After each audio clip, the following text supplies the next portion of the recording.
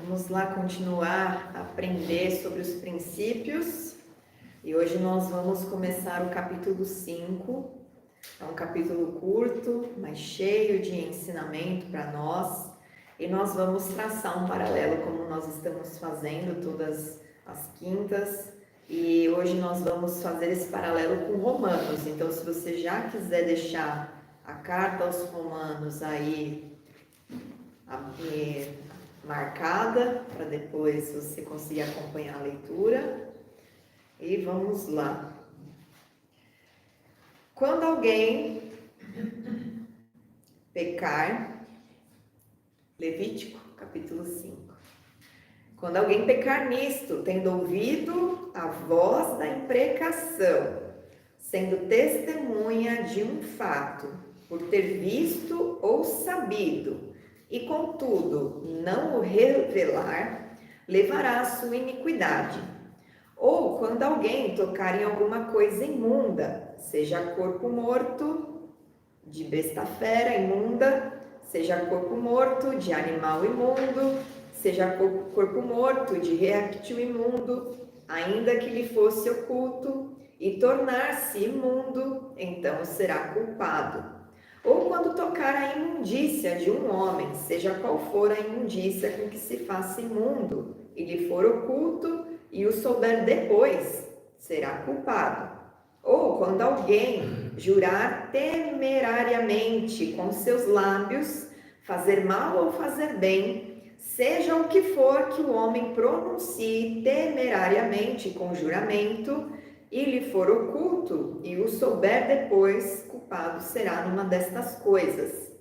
Será, pois, que sendo culpado numa destas coisas, confessará aquilo em que pecou, como sua oferta pela culpa, pelo pecado que cometeu, trará ele o Senhor do gado miúdo, uma cordeira ou uma cabrita como oferta pelo pecado. Assim o sacerdote por ele fará expiação do seu pecado. Se as suas posses não lhe permitirem trazer uma cordeira, trará o Senhor como oferta pela culpa, pelo pecado que cometeu, 2 rolas ou 2 pombinhos, um como oferta pelo pecado e o outro como holocausto.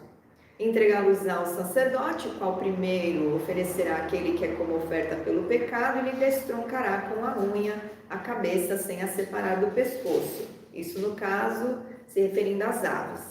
Do sangue da oferta pelo pecado, aspergirá sobre a parede do altar, e o restante do sangue fá-lo-á correr à base do altar. É oferta pelo pecado. E do outro fará o holocausto, conforme o estabelecido. Assim o sacerdote por ele fará oferta pelo pecado que cometeu e lhe será perdoado. Porém, se as suas posses não lhe permitirem trazer 2 rolas ou 2 pombinhos, então aquele que pecou trará por sua oferta a 10ª parte de um efa de flor de farinha como oferta pelo pecado. Não lhe deitará azeite, nem lhe porá em cima incenso, pois é oferta pelo pecado.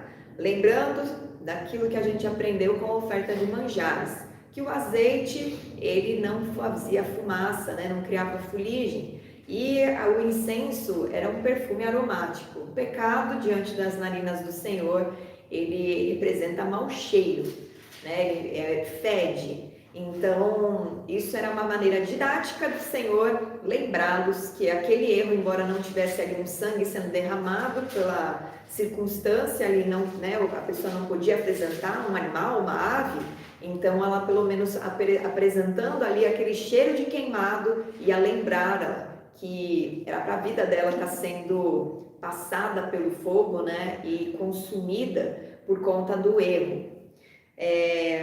E o pecado que gera morte, né? Entregá-la ao sacerdote, e o sacerdote dela tomará um punhado como porção memorial, a queimará sobre o altar em cima das ofertas queimadas ao Senhor, é oferta pelo pecado. Assim o sacerdote por ele fará oferta pelo pecado que cometeu em alguma destas coisas e lhe será perdoado. O restante será do sacerdote como a oferta de manjares. A gente vê aqui uma sucessão de exemplos de pecados, tanto aquele que é cúmplice do erro do outro, como aquele que toca em uma fonte de impureza. Quando nós falamos que aqui coisa imunda que o homem pode tocar, isso significa que aqueles elementos, né? O animal morto, o homem quando tinha poluição noturna, a mulher na menstruação, tudo isso, o homem com lepra por causa da maledicência, tudo isso dentro da lei do Senhor era considerado uma fonte de impureza. Por quê? Porque não gera vida, não tem vida, né? Não há, ou a vida estava sendo interrompida, vamos colocar assim, ou desperdiçada no caso da poluição ou da menstruação, porque os órgãos tanto do homem quanto da mulher ali são criados pelo Senhor para gerar vida, né? Então, por isso eles se tornavam fonte de impureza. O leproso, por causa da maledicência, a maledicência dele contaminava, e era isso a fonte de impureza. Não é que a pessoa que tocasse nele ia contrair uma doença, né? Mas aquele lado espiritual é que ia ser contaminado. E o animal morto, ele por si só, um cadáver de ser humano, por si só já diz, né? Está morto. Então, essas instruções, você vê pecados ocultos que foram depois descobertos, né? Não é um pecado por ignorância, é um pecado que foi escondido. E o ser humano, ele está pecando, né? Constantemente a gente vê o homem pecar, porque são 613 mandamentos, instruções, né? 613 comandos que o Senhor estabeleceu para revelar como o ser humano ele foi corrompido com a desobediência, com o conhecimento do bem e do mal que foi adquirido por Adão e Eva, né, por meio da desobediência deles. Eles trouxeram uma maldição na carne, então eles trouxeram sobre eles a natureza pecaminosa. E o Senhor, então, com as instruções de Levítico, ele está reparando e ensinando didaticamente como o ser humano está longe do Senhor. É necessário derramar de sangue, porque no sangue está a vida. E o Senhor, ele gera, né, uma condição para que o ser humano conseguisse reaproximar-se dele. Então, os sacrifícios agora que nós estamos vendo, eles têm ligação com a aproximação. O expiar, no hebraico, vem da raiz cobrir. Então, ele cobre o nosso erro para que a gente possa permanecer na presença dele. Agora nós vamos ver no 14:16 que há uma sequência de instruções a respeito da profanação de itens do templo. Se você tem Bíblia que tem título, a Ara, por exemplo, ela disse aqui, sacrifício pelo sacrilégio, e fica meio esquisito, né? Para quem não gosta de procurar no dicionário, fica tentando descobrir o que significa isso, na verdade, o sacrifício pelo pecado de se profanar utensílios e coisas ligadas ao templo do Senhor. Então, o Senhor instrui Moisés, no versículo 15, quando alguém cometer ofensa e pecar por ignorância nas coisas sagradas do Senhor, então trará ao Senhor por oferta do rebanho um carneiro sem defeito, conforme a tua avaliação em ciclos de prata, segundo o ciclo do santuário, como oferta pela culpa. Assim restituirá o que ele tirou das coisas sagradas e ainda acrescentará o seu quinto e o dará ao sacerdote com o carneiro da oferta pela culpa, fará expiação por ele e lhe será perdoado. Então, se algo foi profanado ou danificado, aquilo que era santo, né, que pertencia ao templo do Senhor, então deveria ser restituído. Aqui é o primeiro mandamento que a gente vê com restituição, né? E o sacerdote iria avaliar aquele utensílio, aquele objeto que foi estragado ou profanado, e ele avaliaria o seu preço, e em cima desse preço somaria-se um quinto do valor, e então o que cometeu aquele erro teria que trazer junto com o animal que seria sacrificado para expiar o seu pecado, traria esse valor, essa quantia. Por que ciclo de prata? Por que não de bronze, de ouro ou qualquer outra coisa para se pagar Porque você poderia, né? Antigamente havia como moeda de troca os animais, né? Havia outros objetos que poderiam ser dados como valor. E por que o Senhor escolhe as moedas de prata, o ciclo de prata? Porque a prata representa a redenção. E você vai se lembrar que Jesus foi vendido por 30 moedas de prata, né? Ele foi traído por 30 moedas de prata. E esse é o preço que ele foi, até tem uma profecia, né, nos livros dos profetas que diz: este foi o valor que estimaram para mim, né, consideraram justo para mim. 30 moedas de prata vale a vida de Jesus Cristo que morreu no seu lugar. A gente começa a pensar bem, né, como que o Senhor nos amou, né? E não foi, o preço que ele pagou foi alto, que foi com a vida dele, mas o pagamento que a vida dele valia diante dos olhos dos homens, né, que o desprezaram, era baixo. E esse era o Messias, né?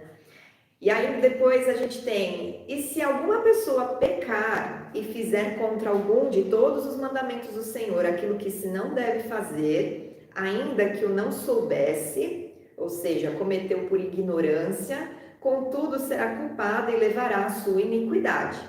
E do rebanho trará o sacerdote um carneiro sem defeito, conforme a tua avaliação, para oferta pela culpa, e o sacerdote por ela fará expiação no tocante ao erro que por ignorância cometeu, e lhe será perdoado. Oferta pela culpa é certamente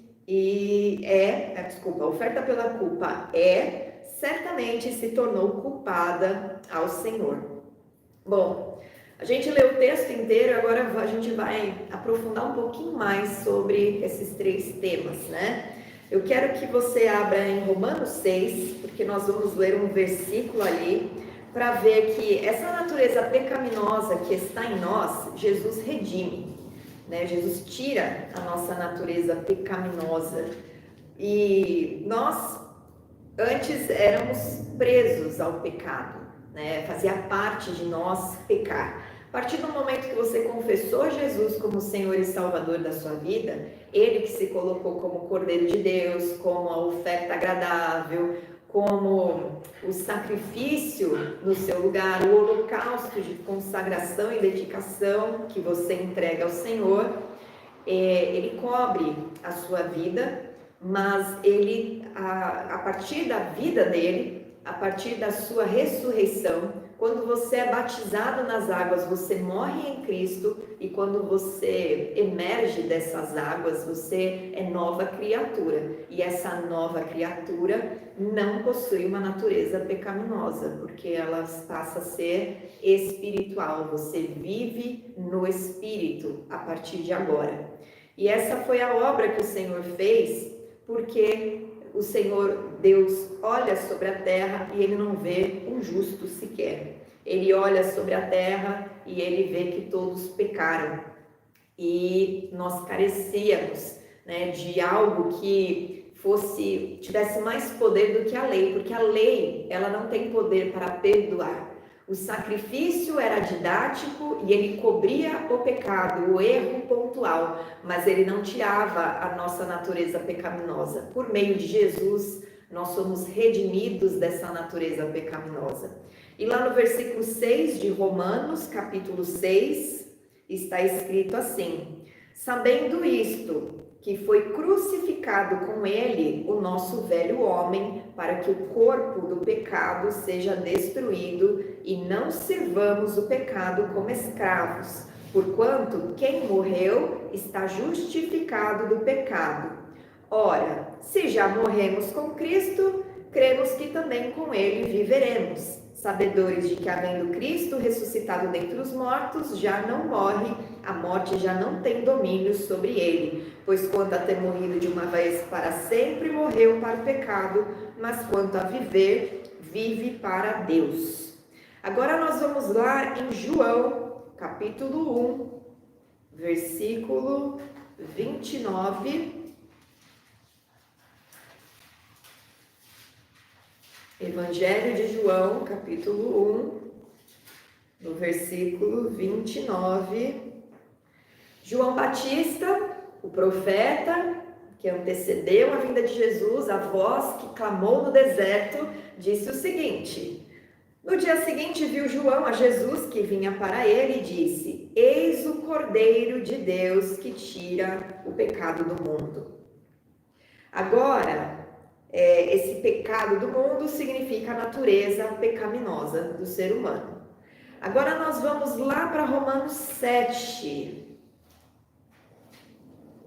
Vamos lá para Romanos 7, para entender que diante do Senhor, vamos lembrar, né? Quando o Senhor criou todas as coisas, quando Ele declarou haja, Ele estava ali estabelecendo a sua justiça e a lei natural sobre todas as coisas, mas debaixo da sua soberania. Então tudo era perfeito, tudo era harmônico, Adão era revestido da glória de Deus, Adão recebia a sabedoria do Senhor, tinha comunhão com Deus, e o Senhor deixou uma instrução apenas para provar o coração de Adão, para saber se ele estaria com ele por boa vontade, né? Por desejo de estar na presença do Senhor, ou se ele ia querer viver independente do Senhor. Infelizmente, Eva caiu na sedução da serpente e os dois escolheram ser independentes de Deus. Por isso que toda iniquidade diante do Senhor, ela é tida como rebeldia, porque quando você quebra aquilo que o Senhor estabeleceu como algo natural, que gera ordem, que é perfeito, que tem princípio, você está se tornando independente do Senhor, dizendo a Ele com a sua ação: eu não preciso seguir as tuas regras, eu consigo tocar a minha vida do meu jeito, eu sei melhor do que o Senhor e o que é bom para mim, o que eu mereço, o que faz bem para mim, o que é coerente para mim. Então, quando nós pecamos, nós estamos diante do Senhor, ofendendo Ele e declarando diante dele: eu não preciso do Senhor, eu sou independente. Mas essa concupiscência da carne, enquanto nós não temos vida no nosso espírito, ela nos aprisiona, ela é um jugo sobre nós. Então nós somos escravos do pecado, nós pecávamos porque o pecado estava em nós. Quando Jesus nos redime do pecado, nos dando essa nova natureza, matando o velho homem, nós já não temos o pecado em nós. Nós podemos errar o alvo, nós podemos nos rebelar, nós podemos cometer erros e tomar decisões longe do Senhor, mas por escolha, não por prisão, não por escravidão. E aqui nós vamos ver que a lei que o Senhor estabeleceu, que Ele deu como instrução para o povo, ela não era um livro de regras de pode e não pode, mas ela era uma instrução que foi dada para que o povo tivesse consciência que havia um contrato a se seguir nesta aliança que Deus fez com os homens. Só que esse contrato, ele não era tão... Deus fala para eles, né, que Ele não deu nenhum mandamento difícil demais para se cumprir. Mas como a natureza do ser humano é pecaminosa, tende ao mal, ele inclina-se ao mal, o Senhor então dá um escape para o homem e Ele estabelece os sacrifícios para que a vida dele seja coberta. Mas o ser humano precisa saber onde erra. Então a instrução nada mais é do que mostrar para o homem aonde fere ao Senhor, fere ao caráter dele, fere aquilo que Ele estabeleceu. E Paulo, em Romanos, ele escreve de um jeito um pouco rebuscado, mas ele explica esse poder que a lei tem de revelar o pecado, apesar da lei não ter poder para salvar. Embora no tempo de Israel, né, antes da vinda de Jesus, a lei protegia Israel. Não porque a lei em si tinha poder para gerar salvação, mas ela era um contrato nupcial de Israel com Deus. Então, quando eles cumpriam a lei, eles estavam dentro da aliança e Deus os protegia e eles eram separados e tinham a salvação, né, para a eternidade. Esse foi o primeiro povo eleito, né? A nação primogênita para o Senhor, aqueles que foram os primeiros filhos de Deus, que Deus fez aliança. E Ele estende isso a partir de Jesus por meio da graça sobre as nossas vidas. Então vamos ler o capítulo 7, nós vamos ler os versículos 7 a 12, e depois a gente vai ter uma leitura um pouquinho mais longa em Romanos, mas são leituras importantes para a gente compreender estas questões, estes princípios. Então, versículo 7, capítulo 7 de Romanos diz assim: que diremos, pois? É a lei pecado? De modo nenhum. Mas eu não teria conhecido o pecado senão por intermédio da lei, pois não teria eu conhecido a cobiça se a lei não dissera, não cobiçarás. Mas o pecado, tomando ocasião pelo mandamento, despertou em mim toda sorte de concupiscência, porque sem lei está morto o pecado. Outrora, sem a lei eu vivia, mas sobrevindo o preceito, reviveu o pecado e eu morri. E o mandamento que me fora para a vida, verifiquei que este mesmo se me tornou para a morte, porque o pecado, prevalecendo-se do mandamento, pelo mesmo mandamento me enganou e me matou. Por conseguinte, a lei é santa e o mandamento santo e justo e bom. É meio difícil, né, para quem não compreende algumas questões aqui que fazem parte do pensamento judeu, do pensamento judaico. Então, por exemplo, quando ele fala sobre no versículo 10, o mandamento que me fora para a vida, verifiquei que este mesmo se me tornou para a morte.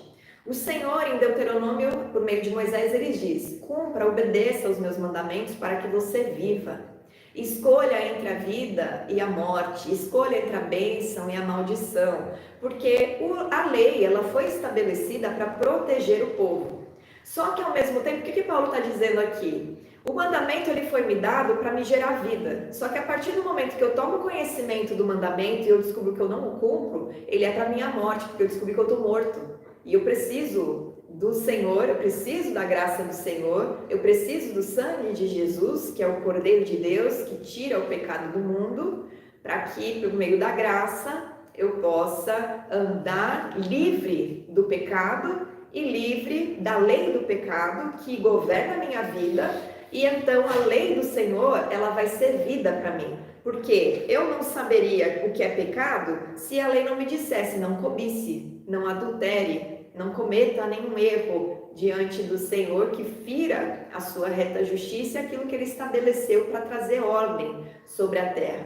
Quando nós obedecemos princípios da lei, não a lei regrada, né? Porque você não é para sair por aí sacrificando animais, porque Jesus já tornou plena essa lei. Então nele todo o sacrifício, todo o holocausto, toda oferta, como a gente está aprendendo, ele já se cumpriu, ele é perfeito, porque aquilo que antes era didático e sombra de coisas vindouras se torna pleno e real em Jesus.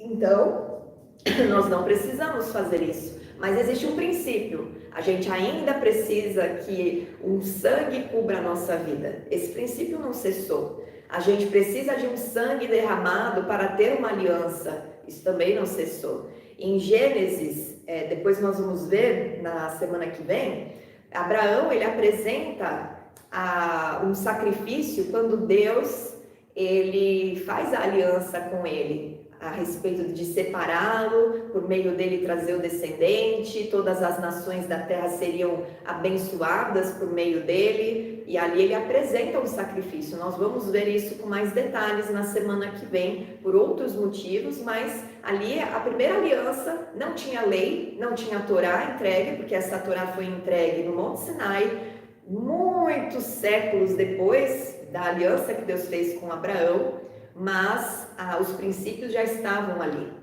E agora nós vamos lá para o capítulo 3. Vamos voltar em Romanos, no capítulo 3. Vamos ler dos versículos 1 a 18 primeiro.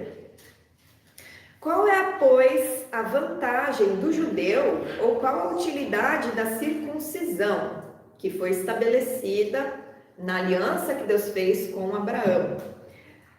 Muita santa sob todos os aspectos, principalmente porque foi dado aos judeus, foi confiado a eles os oráculos de Deus. Eles são o sacerdócio real do Senhor que revela a lei às nações. Se não fossem os judeus preservando essa lei até a vinda de Jesus, ninguém ia saber quem era Jesus quando ele veio. E daí, se alguns não creram, a incredulidade deles virá desfazer a fidelidade de Deus? O fato deles não crerem que Jesus é o Messias, isso tira a natureza do Senhor salvadora, isso tira o valor de Jesus, isso elimina toda a autoridade que foi dada ao nome de Jesus, que agora foi colocado como um nome que está acima de todo nome? Não, a incredulidade deles não anula aquilo que Deus estabeleceu. De maneira nenhuma, ele responde no versículo 4. Seja Deus verdadeiro e mentiroso todo homem, segundo está escrito, para seres justificados nas tuas palavras e venhas a vencer quando fores julgado. Mas se a nossa injustiça traz a lume a justiça de Deus, que diremos? Porventura será Deus injusto por aplicar a sua ira? Falo como homem. Certo que não, do contrário, como julgará Deus o mundo? E se por causa da minha mentira fica em relevo a verdade de Deus para a sua glória, por que sou eu ainda condenado como pecador? E por que não dizemos, como alguns caluniosamente afirmam, que o fazemos, pratiquemos males para que venham bens? A condenação destes é justa. Que se conclui? Temos nós qualquer vantagem? Não, de forma nenhuma, pois já temos demonstrado que todos, tanto judeus como gregos, estão debaixo do pecado. Então, seja o pecado oculto, seja o pecado por ignorância, seja o pecado intencional, todos nós estamos debaixo do pecado, né? E precisamos da graça do Senhor, precisamos de algo que nos reaproxime do Senhor, de algo que faça a reconciliação com Deus, porque o pecado é inimizade com Deus. Alguma coisa precisava ser feita, porque por mérito, pela força do nosso braço, pelas nossas obras, não dava. E aí ele continua no versículo 10, citando várias passagens de Isaías, de Isaías, de Salmos, e diz assim: não há quem entenda, não há quem busque a Deus, todos se extraviaram, a uma se fizeram inúteis, não há quem faça o bem, não há nenhum sequer. Longe de Deus, ninguém é 100% bom. Longe do Senhor, sem o Espírito de Deus, sem uma vida nova, com uma nova natureza, que anda no Espírito e não é pecaminosa, ninguém consegue ser bom ou fazer o bem. Isso tanto no meio de Israel como no meio dos gregos, né, dos gentios. Todos se extraviaram, a uma se fizeram inúteis, ou seja, aqui ele se refere ao povo dele, né? Essa profecia era sobre o povo dele, que tinha sido separado para ensinar a respeito dele, para viver de boas obras, de obras de justiça, mas eles se extraviaram e viviam um sincretismo religioso, misturando várias ideologias e religiões e pensamentos. Inclusive, quando Jesus veio, o pensamento filosófico estava entranhado no meio do povo, e o Senhor fala: não há quem entenda, não há quem busque a Deus, eles se fizeram inúteis, não há quem faça o bem, não há nenhum sequer. A garganta deles é sepulcro aberto, ou seja, as palavras são cheias de morte, são palavras mortas, não são palavras que geram vida, não são palavras que vivificam. Urdem engano, veneno de víbora está nos seus lábios. E por que veneno de víbora? Porque mata. A palavra deles não é uma palavra que conduz ao caminho de santidade e de vida. Pelo contrário, a palavra deles tirava eles desse caminho, colocava as pessoas no engano. A boca eles têm cheia de maldição e de amargura. Então, não só havia engano no ensino, como havia maledicência, mágoa, né? Havia desejo de vingança, são os seus pés velozes para derramar sangue. Nos seus caminhos a destruição e miséria, porque se não está andando na reta justiça, a mão do Senhor não está sobre eles, então esse povo não era próspero. Desconheceram o caminho da paz, ou seja, aquela aliança de paz, aqueles sacrifícios pacíficos já não eram feitos, né? Já não tinha mais vínculo com o Senhor. Não há temor de Deus diante dos seus olhos. E aí nós vamos pular lá para o versículo 23. Pois todos pecaram e carecem da glória de Deus. Seja judeu, seja gentil, todos pecam, todos carecem da glória de Deus, sendo justificados gratuitamente por sua graça, mediante a redenção que há em Cristo Jesus, a quem Deus propôs no seu sangue como propiciação mediante a fé, para manifestar a sua justiça, por ter Deus, na sua tolerância, deixado impunes os pecados anteriormente cometidos, tendo em vista a manifestação da sua justiça no tempo presente, para ele mesmo ser justo e o justificador daquele que tem fé em Jesus. Então, antes de Jesus, o Senhor, ele não pesava tanto a mão, né? Ele avisava, lembra que ele ficava há 30 anos alertando o povo, se arrependam, se consertem, eu restituo, eu restauro, eu me reconcilio com vocês, a minha misericórdia está disponível, mas o povo não ouvia. E o Senhor, ele não levava em conta os pecados do passado também, daqueles que buscavam obedecer, mas que não conseguiam cumprir os 613 mandamentos. O Senhor aceitava os sacrifícios, mesmo o sacrifício não sendo perfeito, o Senhor aceitava aqueles sacrifícios. E em Isaías, na semana que vem a gente vai ver também, Isaías cita isso. Isaías mostra como Deus era misericordioso a ponto de até aceitar um sacrifício impuro, porque ele não quer, o desejo dele não é destruir, o desejo dele não é matar, ele dá muitas chances, né? Então, assim, sabendo disso, de quantas chances o Senhor nos dá, de quantas chances o Senhor nos dá até o fim da nossa vida, porque a gente só tem essa vida, né? Só se vive uma vez. Então você tem essa vida só para se arrepender, para se consertar, para viver bem, mas para viver bem debaixo da reta justiça. E passou disso, aí já vem o juízo do Senhor. Agora, se o Senhor é tão misericordioso a ponto de esperar os seus 80 anos, os seus 70 anos, os seus 120 anos, seja lá quantos anos for que você vai viver nessa terra, para que você se arrependa, se conserte, se santifique, quantas chances ele não está te dando de arrependimento e de conserto, né? Então, é algo para a gente refletir, é algo para a gente parar e pensar, poxa, o Senhor é tão misericordioso e eu estou negligenciando, ou eu estou levando de qualquer maneira, eu não tenho reverência, porque hoje em dia nós não temos, né, objetos de culto para profanar, para estragar, mas nós somos o templo do Senhor. E como nós estamos levando a nossa vida diante do Senhor? A nossa saúde, a nossa mente, o nosso corpo, o lugar onde os utensílios, né, entre aspas, vamos fazer uma alegoria, os utensílios do santo templo do Senhor estão no teu coração. Como é que o teu coração anda?